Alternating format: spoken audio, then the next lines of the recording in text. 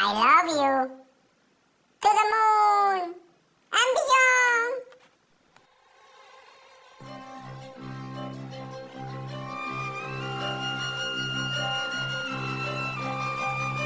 Bees have been busy for millions of years now, and they're not about to stop anytime soon. Foragers still return from the fields with nectar, while guard bees still watch and wait.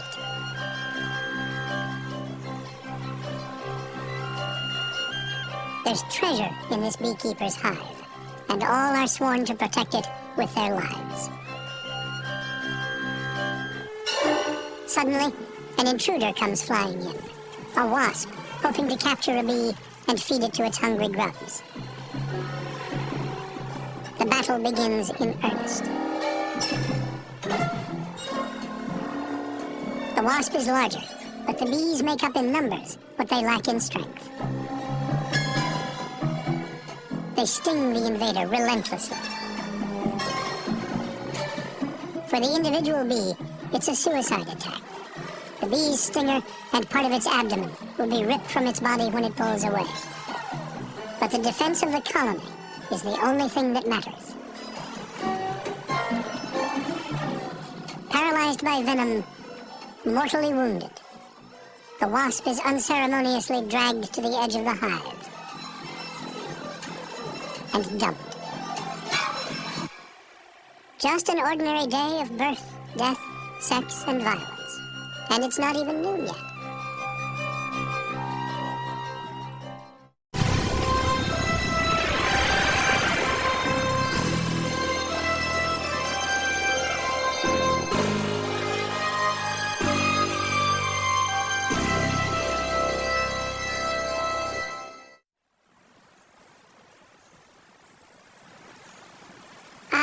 Spring.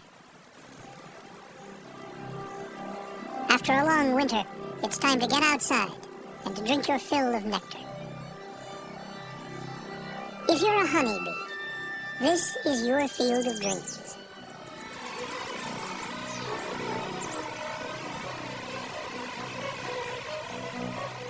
Bees get almost all of their food from flowers.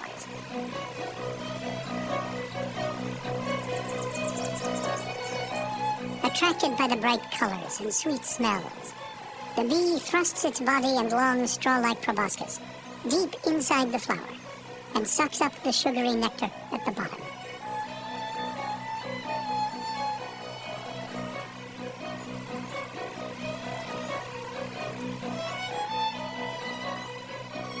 Pollen, the bee's source of protein, is also on the shopping list. While the bee is gathering nectar, pollen collects on the small hairs of its body.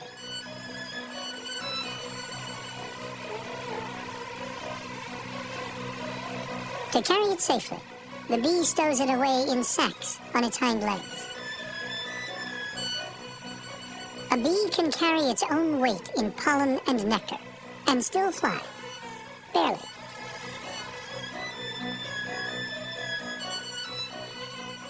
Some food will fuel the bee's own activity, but most will be saved for the communal hive.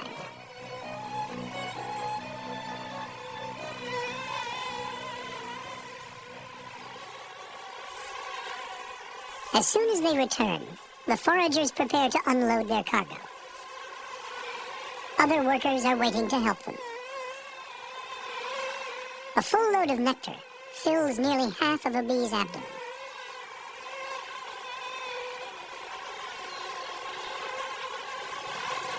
The foragers bring up the nectar from their stomachs into their mouths. Household bees then suck it out.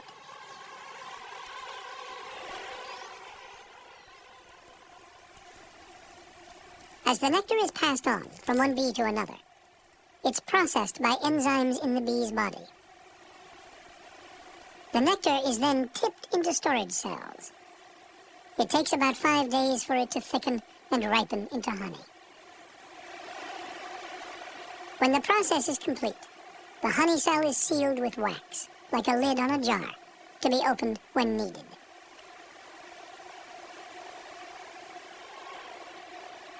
Pollen is stored separately in other cells. Later, it's mixed with honey and used, for the most part, to feed the young.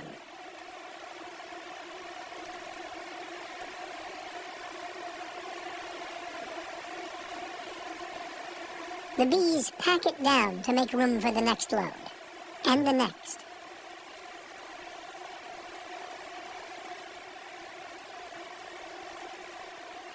Together, the dark pollen cells and lighter honey cells make up the bee's pantry.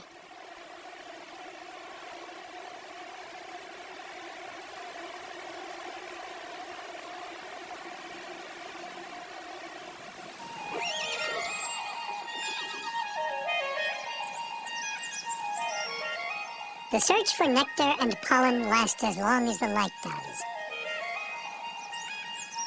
The flowers are not just being charitable.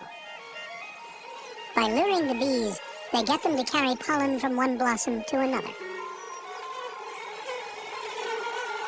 A flowering plant can't reproduce unless it gets pollen from another flower of the same type. Without bees, most would die.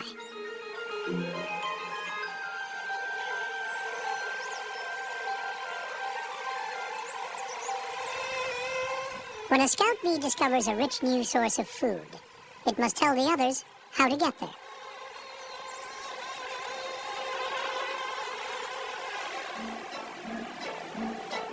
This is the waggle dance. Pay close attention. To learn the location of the nectar, watch how fast the bee waggles its body. Listen to the sounds it makes. And remember the speed, direction, and a number of patterns in the dance. It's the bee's version of a map. Directions are always given in relation to the sun. To the right of it, the left, or dead ahead.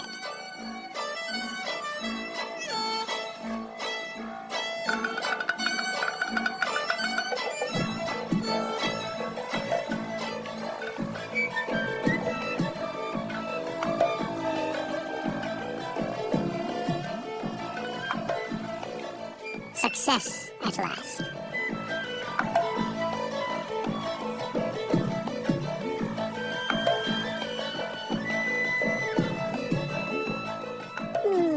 Nice nectar.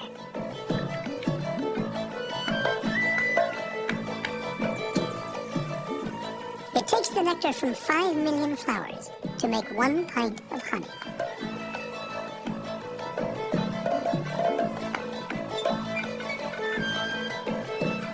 Each bee may visit hundreds of blossoms in a day and work a 12-hour shift.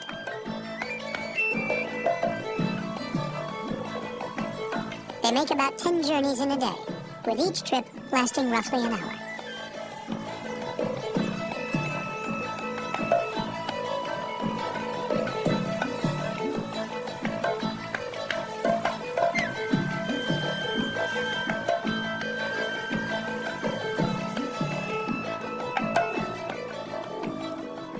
Today, just like yesterday, there is no rest for the weary. Most worker bees live for only about a month. They simply wear out. There's a constant need for replacements, so feeding and raising the young takes up much of the hive's energy. There are 3 types of bees here: the female workers, the male drones, and the queen. The workers are the smallest, but they do all the work of the hive, from nursing the young to foraging. Every few days, they take on a new job, running through all of them in the course of their lives. The drones, who are medium-sized, mate with the colony's queen, their one and only job. They don't forage for food. They don't even have stingers to protect themselves. The queen has only one job too, but it's the most important of all. She must lay the eggs for the next generation of workers, drones, and even her own replacement. But first, the queen must mate. And to do that, she must leave the hive. She sets off on her first mating flight when she's about a week old.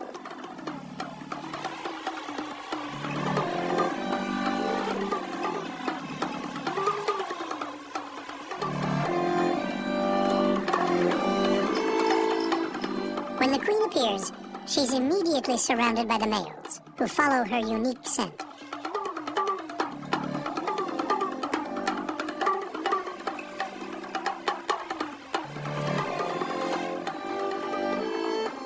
Each of the dozen or so drones who get to mate with the queen dies in the act.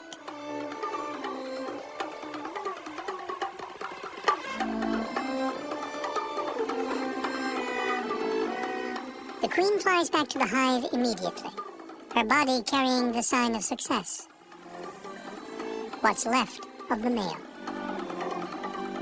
She'll make a few more mating flights in the coming days.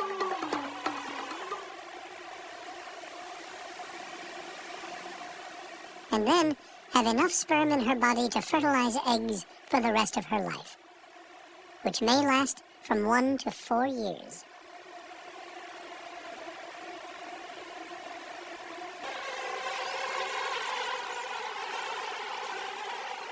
It's now time for the beekeeper to pay his respects to Her Royal Highness.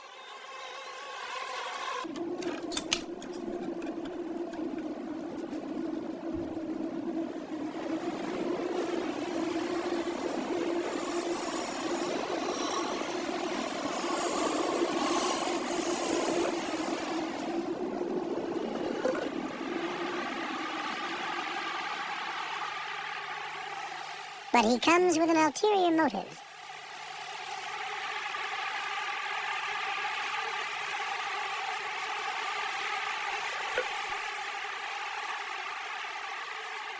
A mated queen can be sold to another beekeeper who wants to establish a new colony. Such valuable property needs to be marked, like the brand on a steer.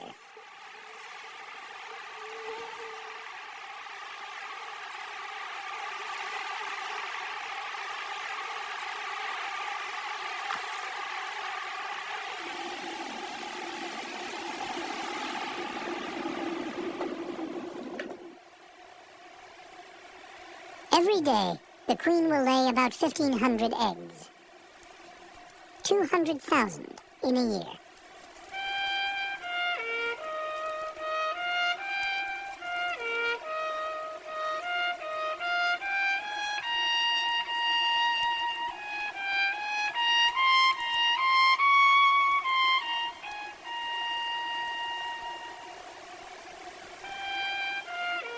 It's a tough job, but someone has to do it. The queen's royal scent prevents the female workers from laying eggs themselves.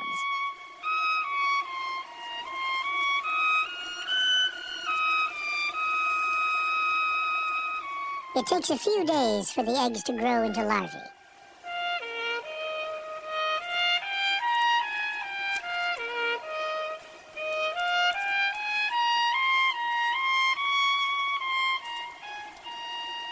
They are then bathed in a special food brought to them by workers. During its first day, a larva eats so much, its weight increases 5.5 times. In 6 days, its weight increases 1,500 times.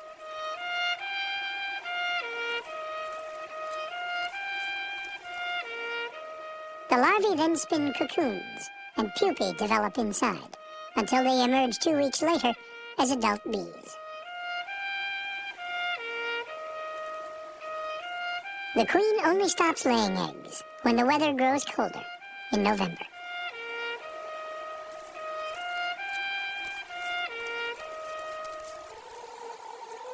Each bee makes the metamorphosis from egg to larva to adult in about 3 weeks. And there's little surprise about the newborn's sex, since every worker is a female, and almost every bee is a worker.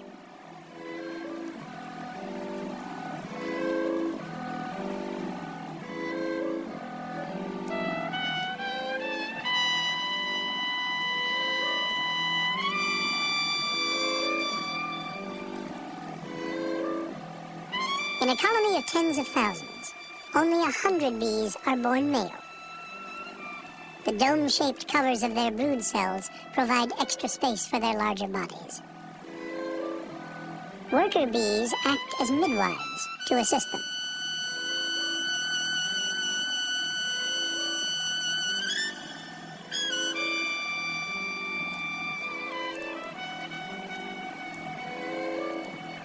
But a worker herself has to fight her way out of her brood cell unaided. No coddling allowed here.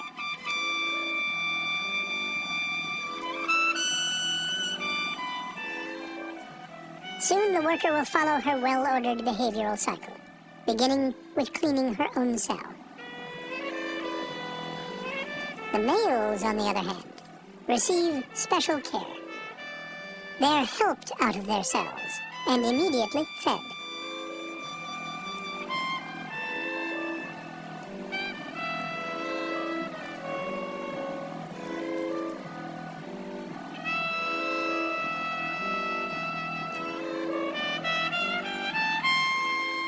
In an otherwise society of equals, the male does not have to work. Even his name, drone, is another word for an idler. His large compound eyes tell of his sole purpose in life, sighting the queen on the mating flight.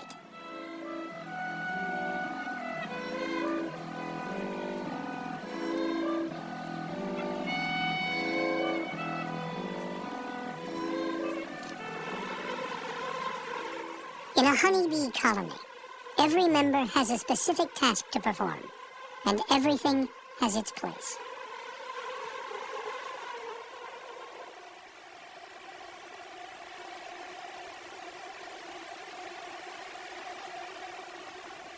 When the colony grows so large that the bees begin to run out of room, they instinctively know that it's time for the old queen to leave with half the population, and a new queen to be crowned. First, construction needs to begin on special queen cells, in which a dozen or so new would-be queens will grow.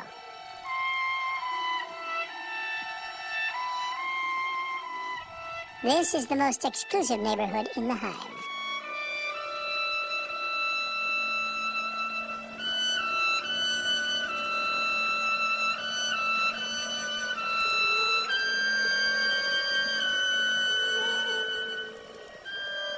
As eggs, all bees are equal. But by feeding grubs a steady diet of royal jelly, a mixture of milky secretions, they're turned into queens.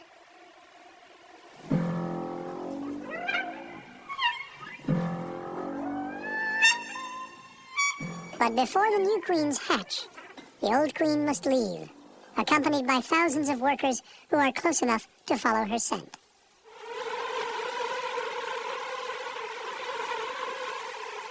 They swarm out of the hive in a mad, swirling rush.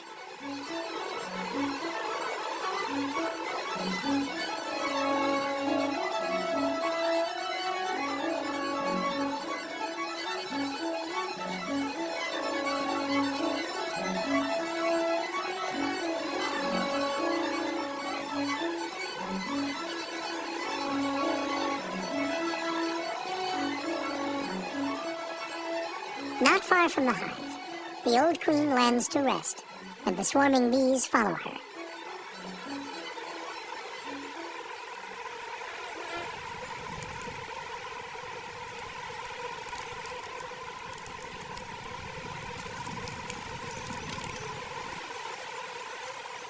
Whenever and wherever she lands, they collect around her to keep her safe and at the right temperature.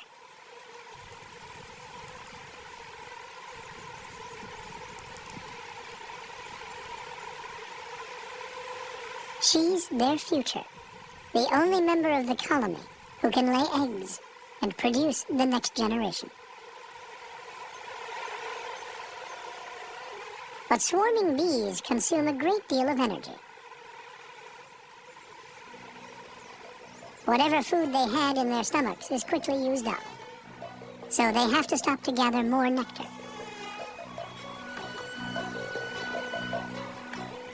Any food not used by a foraging bee is shared.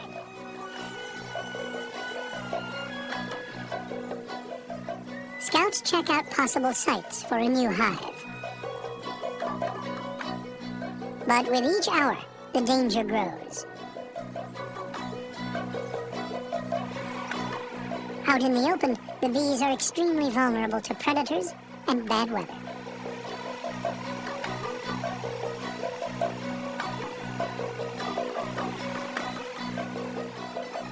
Many swarms die when they can't find a new site fast enough.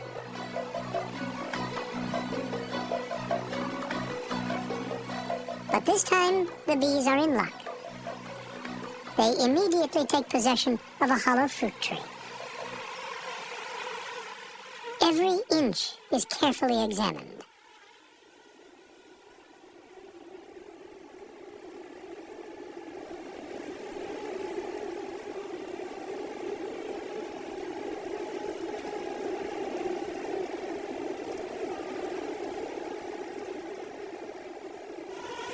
Naturally, the tree is a bit musty, so they air it out using their wings as fans.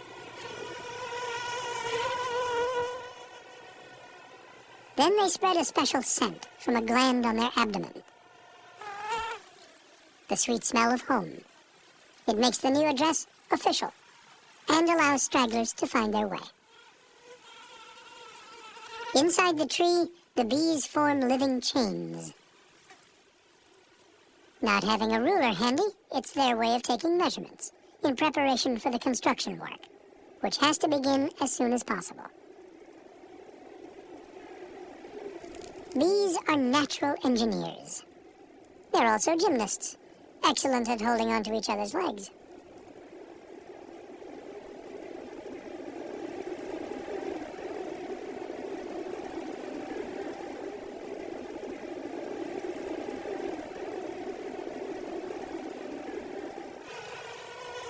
Outside, there's a steady stream of new arrivals.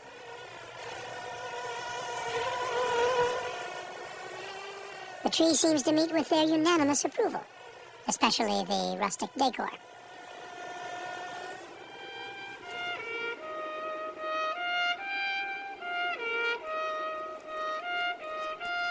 Cell upon cell and row upon row, the hive is built.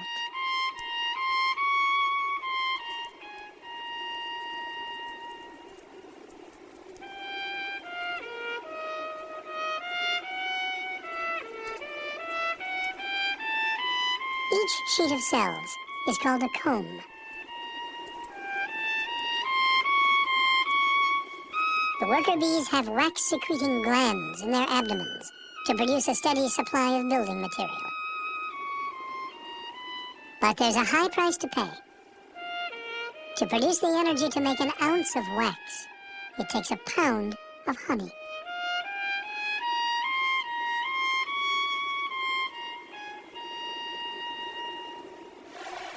Every cell is a hexagon, sharing a wall with 6 adjacent cells. The comb has 2 layers of cells with a base in between them. That way, there can be open cells on both sides. The wax can be incredibly thin without weakening the structure. A feather-like comb can support pounds of honey. The more cells that are built, the more bees can be born, and the new colony's survival ensured.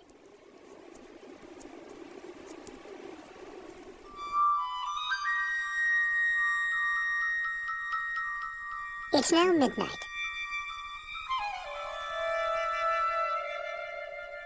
Under the penetrating gaze of an owl, the original colony rests, while other creatures stir.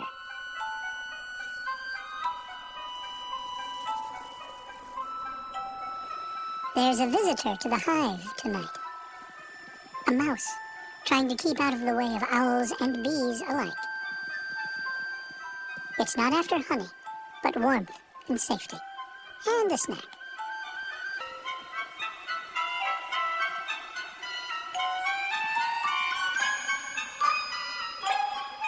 The owl is none the wiser.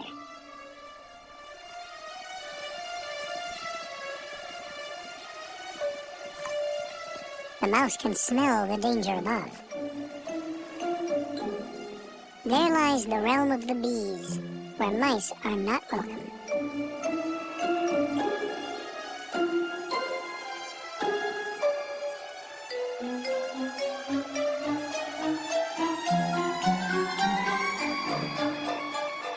He makes a modest meal of crumbs from the comb.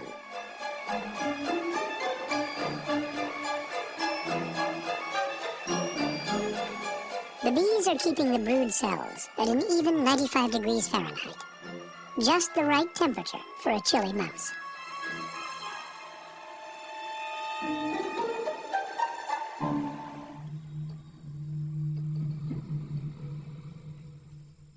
The scent of honey is carried on the night air, and some creatures will go to great lengths to steal it. This is the death's head hawk moth. Its sinister name comes from the shape of a skull emblazoned on its back. The moth's limbs are stiff from the cold night air.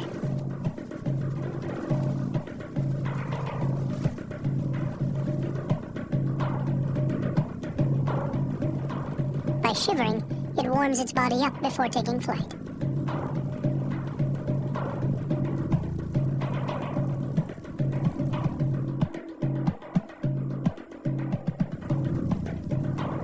The moth is risking its life on a dangerous mission.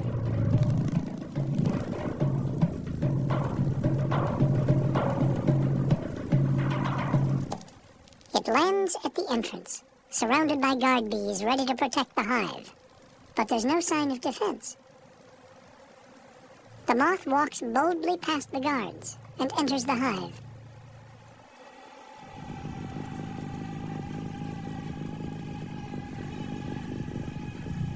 The moth's camouflage is perfect. It produces chemicals that mimic the scent of the beehive. To the bees, having the right smell is more important than being the right size.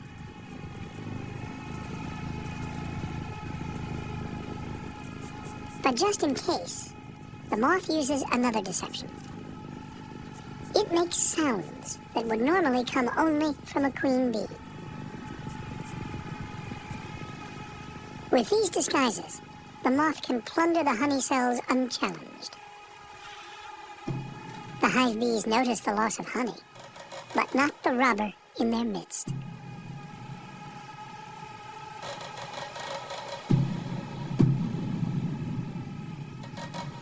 The moth sucks 4 or 5 honey cells dry. But the scent of the hive is beginning to wear off, and if he's caught, he'll never make it out alive.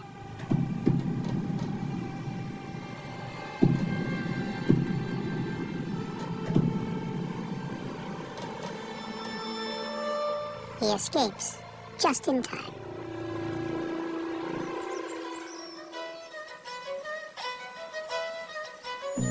Spring now turns to summer.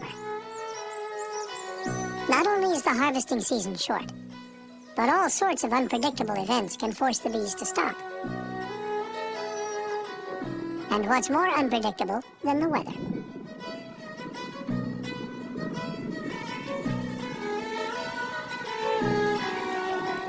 All those who can return quickly to the hive. Those who remain face the full force of the rain.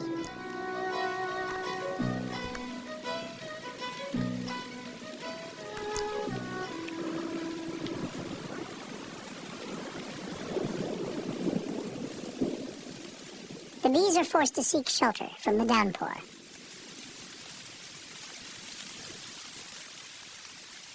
Rain poses a real threat. The bees can become so chilled by the water that their muscles no longer function efficiently. They are grounded, unable to fly.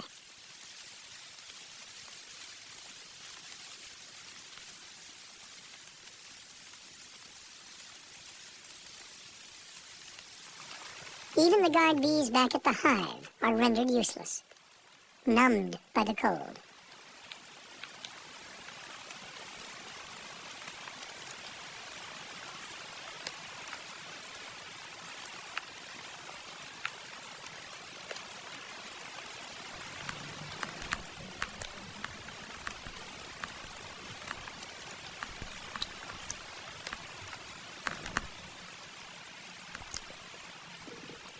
It's a good time for the mouse to return, without the risk of being stung.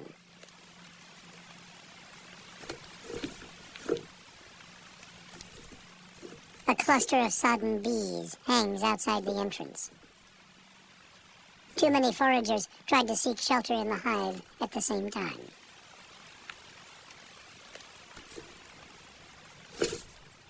But the mouse still needs to be careful. Once the bees dry out, their reaction will be considerably different.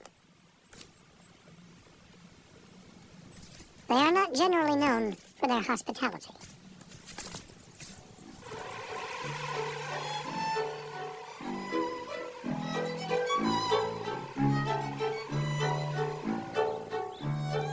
The bees have reason to be wary. There are enemies everywhere, and of these, one of the most dangerous is the bird ominously known as the bee-eater.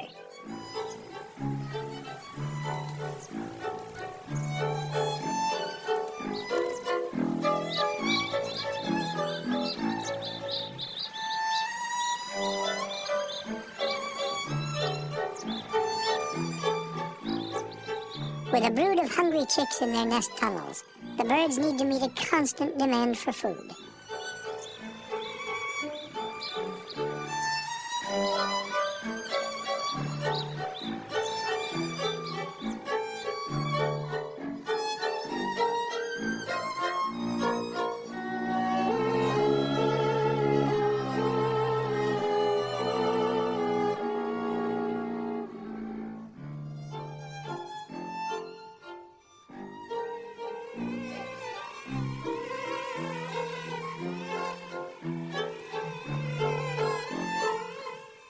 Unfortunately for the bees, the birds are unaffected by the venom in their stings.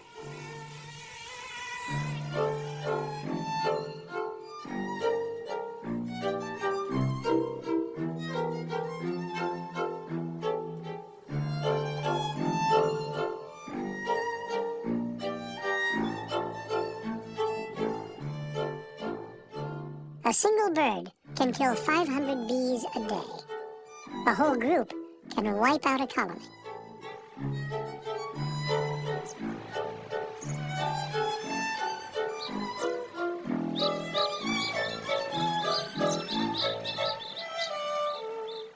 The best the bees can do is become an irritation. But the bee-eater's thick layer of feathers renders most attacks ineffective.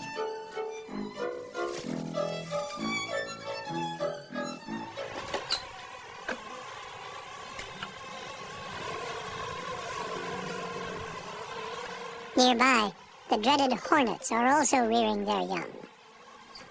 With hungry hornet grubs to feed, attacks against the bees increase in intensity.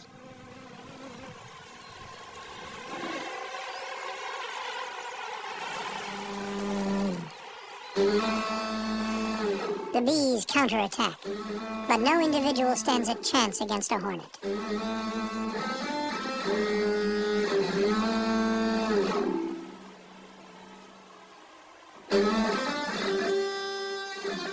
The invader quickly disables the bee's flight muscles. The hornets are nightmare neighbors. They'll remain a constant menace to the bee colony for the rest of the summer.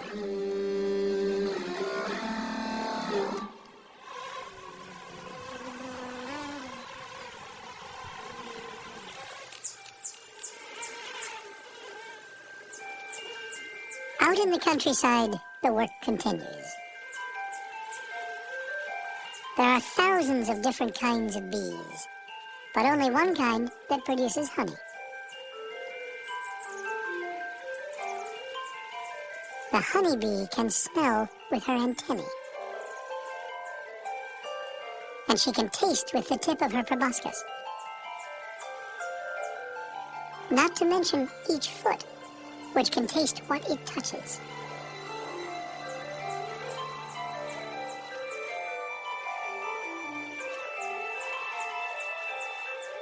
A forager can visit flowers up to 6 miles away from the hive.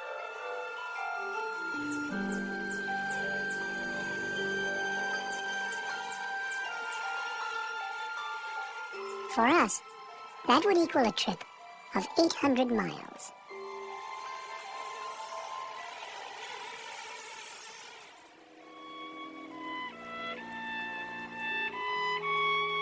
It's now 16 days since the old queen left the hive. Time for a new queen to emerge from the royal apartments to replace her.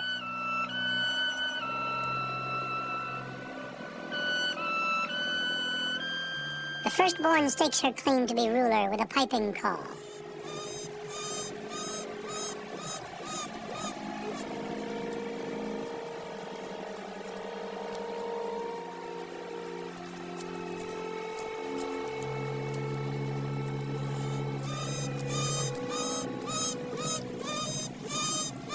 But that's not enough to win the throne.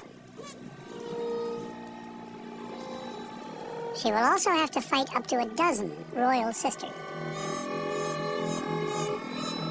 One possible rival is stung to death through the wall of the brood cell before she can get out.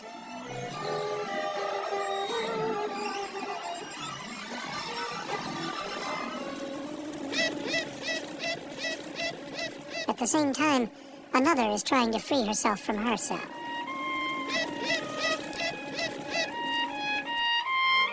The firstborn queen must now act quickly if she wants to remain in power. She heads for the brood cell of the second rival.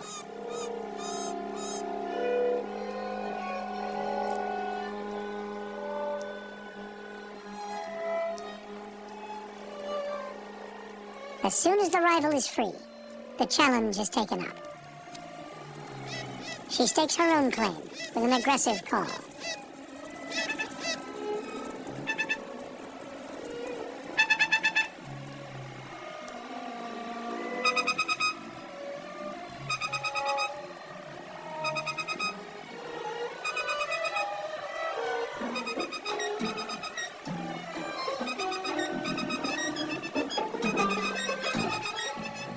The battle for the colony begins.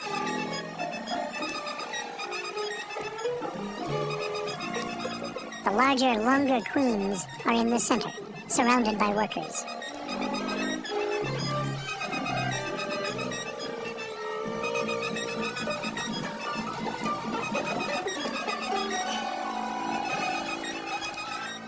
Each queen tries to sting the other to death, striking as close as possible to the sensitive abdomen.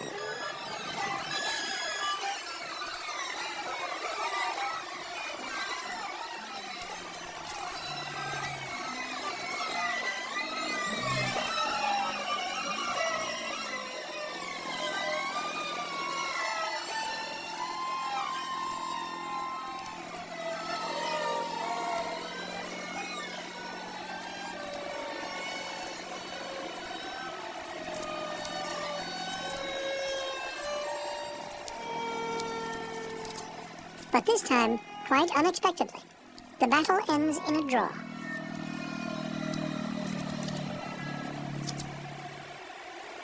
The stalemate has dramatic consequences.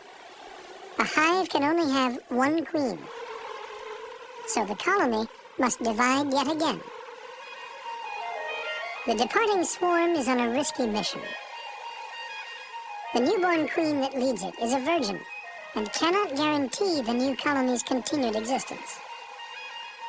Thousands of workers follow her nonetheless, drawn inexorably by her scent.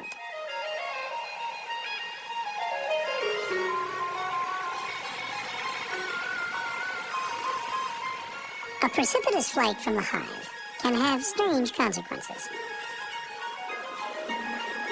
If the scout bees have no opportunity to find a suitable home, they may stumble into a dangerous neighborhood, infested by humans and their infernal machines.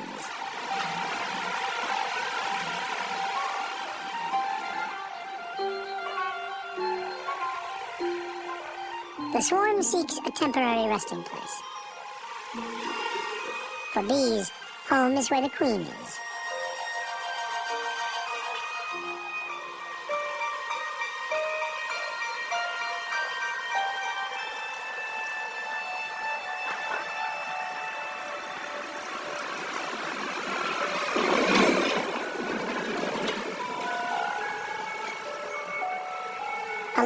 on a live overhead tram wire shows a definite lack of planning.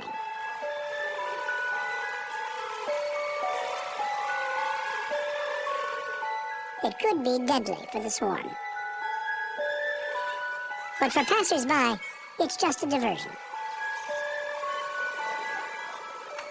Swarming bees have no possessions to protect, and so seldom sting. Although they do tend to bring the town to a standstill.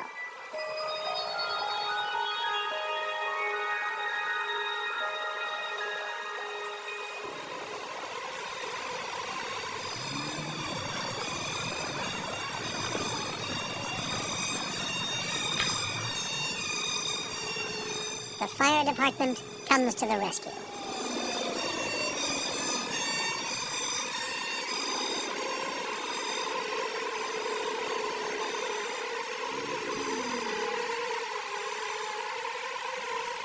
The firemen have brought with them some expert help on call for just this kind of emergency.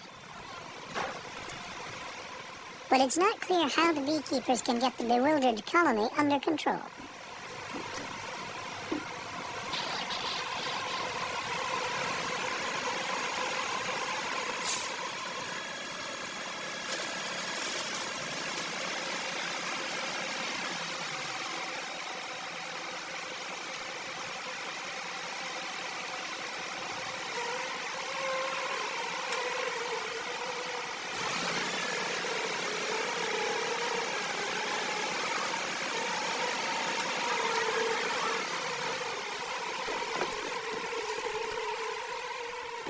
As one would expect of firemen, the beekeepers have brought along their own hoses.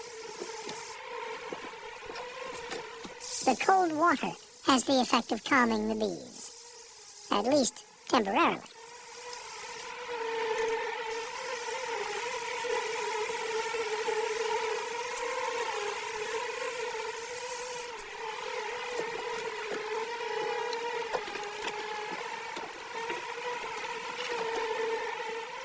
At first, the bees seem to tolerate being shaken into the box.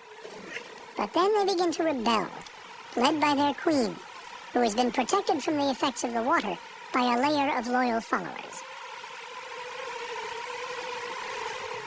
The swarm, with the queen in its midst, rises from the box and continues its journey to a new, unknown destination.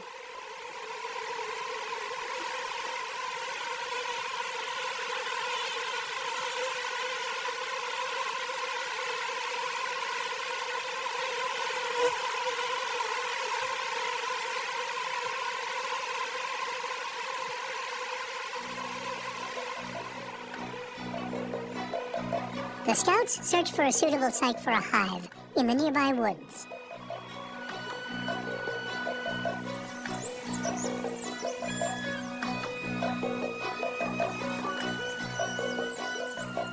The rotted stump of an old tree seems ideal. A fixer-upper, to be sure, but one with undeniable charm.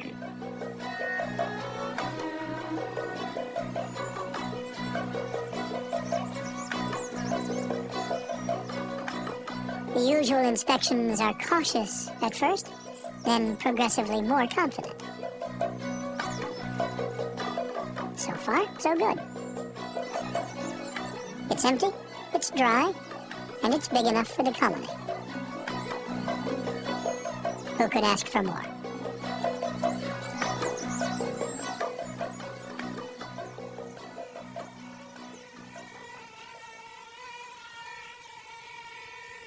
Some food would be nice too.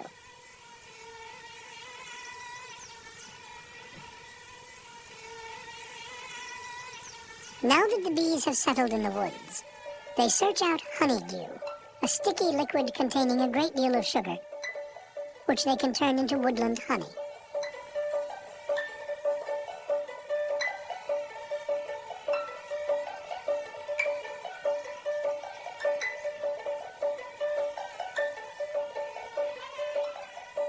The honeydew comes from aphids. It's prized by many insects, especially wood ants.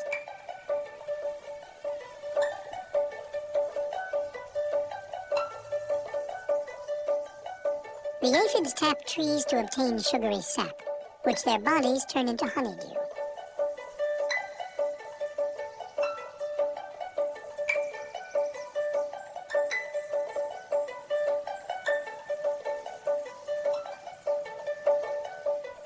The wood ants then massage the aphids with their antennae to stimulate production. They act as shepherds, tending their sheep. An ant lion greedily watches the wood ant's flock. But he'll face stiff resistance.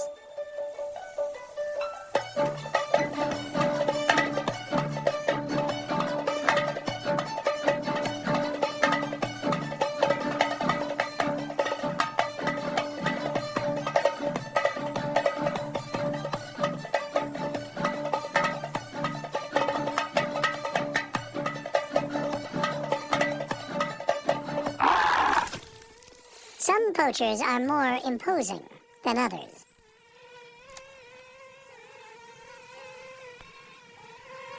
Bears spend almost all of their time foraging for food.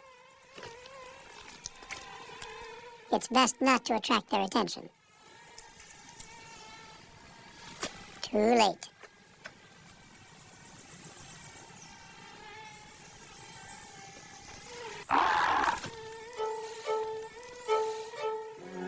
The bear is known for its sweet tooth, and a beehive is irresistible.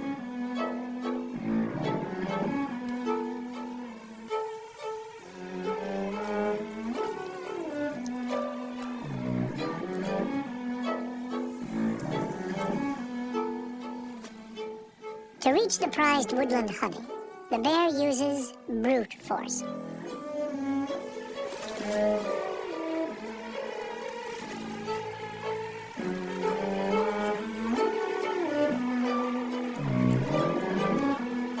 But honey is only one of the attractions. He also savors the protein-rich grubs.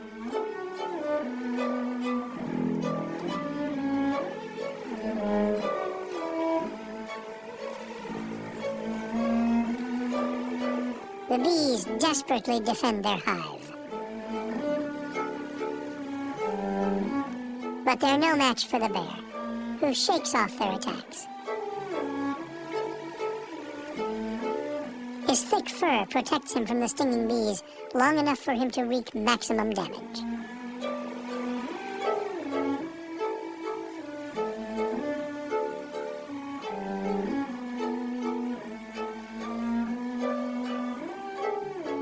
Only when the hive is devastated does the bear decide it's time to move on.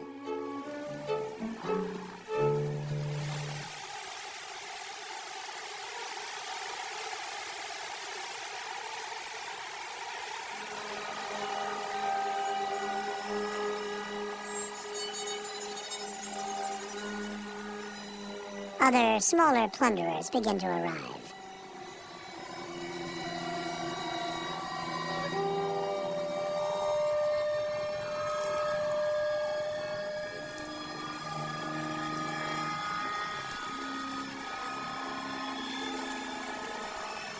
One bee tries to rescue some honey. She's driven away by the ants. The colony is doomed.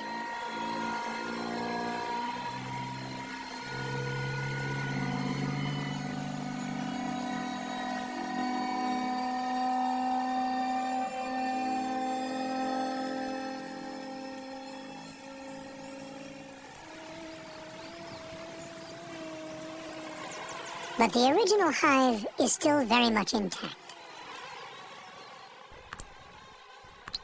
As summer heat raises the temperature inside, workers are kept busy bringing in cooling water.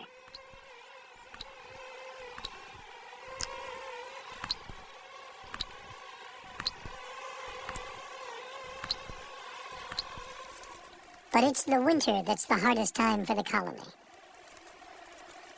They have only the honey stores set aside in the summer.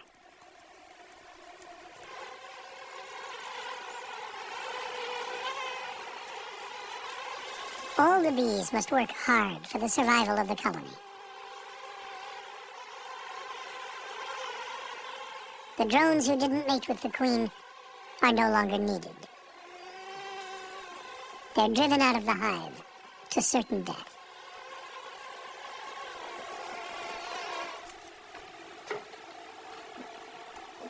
The colony must now submit to another indignity. It's time for the beekeeper to take his share of the honey, a kind of rent to cover the cost of the hive and its management.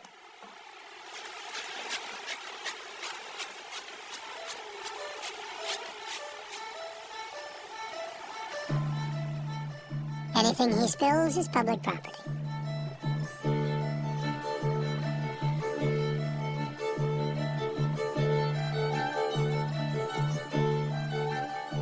But the rent is invariably reasonable, for the beekeeper wants his bees to survive the winter. Beekeepers have been harvesting their crop for thousands of years. They've faced ruin from bad weather, predators, and bacterial disease. And yet, year after year, a new generation of workers has taken to the air to bring us the taste of honey.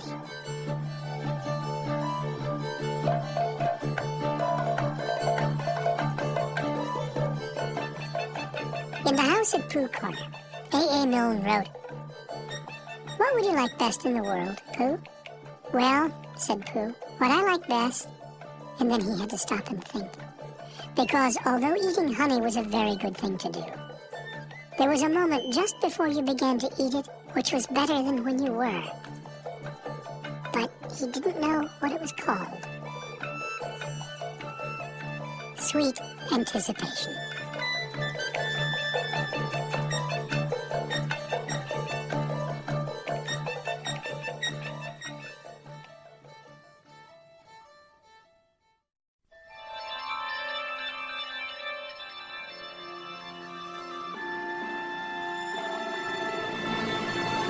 A bee in flight, a mid-air mating, life inside the hive. How did they capture all this on film? Learn the filmmaker's tricks on Nova's website.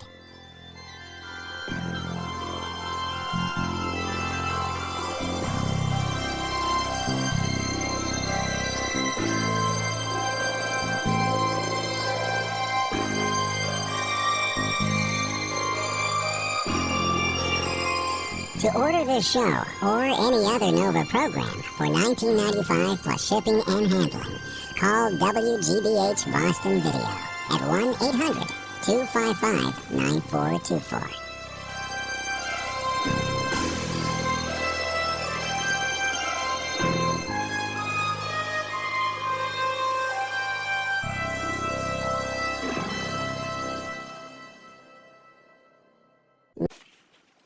I love you.